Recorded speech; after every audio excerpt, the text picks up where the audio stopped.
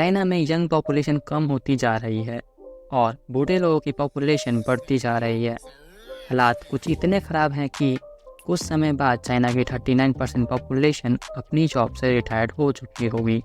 लेकिन सारी young population अचानक गायब कहाँ होगी और इतने सारे बूढ़े लोग कहाँ से आए।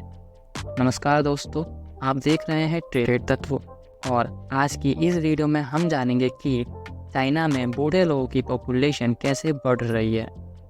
1979 में इंक्रीजिंग चाइनीज़ पॉपुलेशन को कंट्रोल करने के लिए Chinese government one child policy को इम्प्लीमेंट करती है, जिसका एम था हाई फर्टिलिटी रेट को कम करना। साथ ही गवर्नमेंट ने इकोनॉमिक ग्रोथ के लिए सोशल सर्विसेज को बहुत बेहतरीन बनाया, जिससे लोगों का टाइम स्पेंड बहुत बढ़ गया। बस यही दो फैक्टर हैं जिसकी वजह से चाइना में बूढ़े लोगों की पॉपुलेशन बढ़ने लगी, जिसका असर सोशल, पॉलिटिकल और इकोनॉमिक लेवल पर पड़ने लगा। फिर अक्टूबर 2015 में गवर्नमेंट 2 चाइल्ड पॉलिसी लेकर आई। फिर मई 2020 में गवर्नमेंट 3 चाइल्ड पॉलिसी लेकर आई। फिर गवर्नमेंट ने ऑल साइज को कंपलसरी कर दिया, साथ ही सारी पेनल्टीज़ को हटा दिया। लेकिन अफसोस फिर भी बूढ़े लोगों की पॉपुलेशन नहीं घटी और यंग पॉपुलेशन कम होती रही। 1950 में जहां चाइना की एक वुमेन 6 बच्चों को जन्म देती थी, वहीं 2020 में एक वुमेन केवल एक बच्चे को ही जन्म दे पाती है। मतलब फर्टिलिटी रेट तेज़ी से घटा है। साथ ही डेथ रेशो भी बहुत तेज़ी से गिरा। जहां पहले 1000 में से 22-23 लोगों की मौत होती थी, वहीं 2020 में 1000 में से 7 लोगों की ही मौत हो रही थी। इससे हमें समझ में आता है कि चाइना में नए बच्चे पैदा नहीं हो रहे और जो बूढ़े लोग हैं वो जल्दी मर नहीं रहे हैं, जिससे बूढ़े लोगों की पॉपुलेशन बढ़ती जा रही है और यंग पॉपुलेशन घटती जा रही है।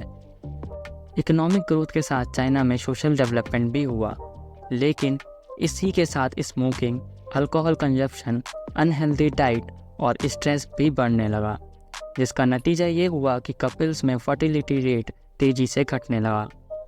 चाइनीज़ यूनिवर्सिटी ऑफ हांगकांग में 6500 मेंस के स्पर्म को टेस्ट किया गया, जिसमें पता चला एक बहुत स्ट्रॉन्ग रिलेशन है पॉल्यूशन और अजीब से स्पर्म के शेप में।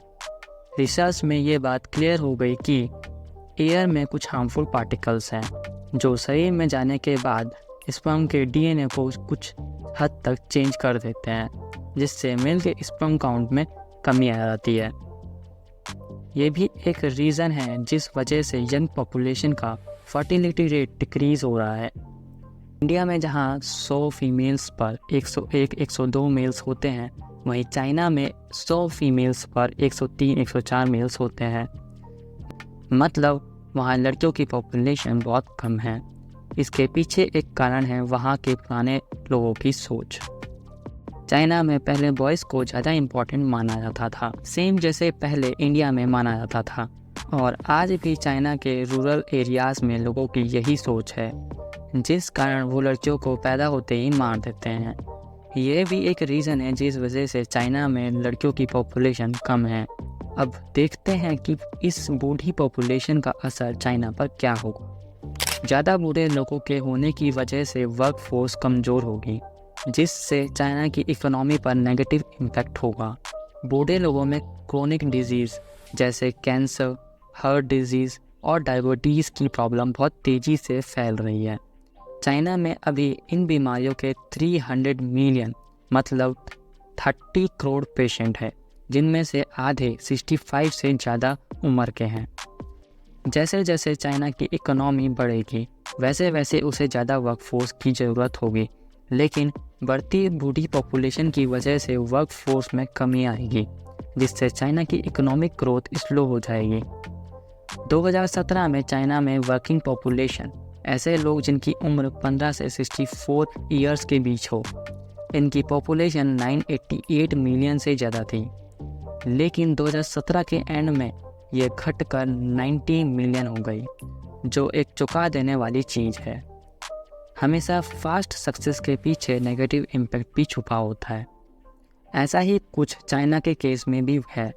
उसने इकोनॉमिक ग्रोथ तो बहुत तेज़ी से किया, लेकिन साथ ही उसकी कई पॉलिसीज़ जैसे वन चाइल्ड पॉलिसी और पॉल्यूशन की वजह से आज उसकी हालात बहुत बुरे हैं।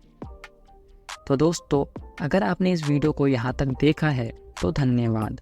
प्लीज़ इस वीडियो को लाइक और चैनल को सब्सक्राइब कर दें ताकि इस तरह के वीडियो हम सबसे पहले आप तक पहुँचा पाएँ। Thank you for watching.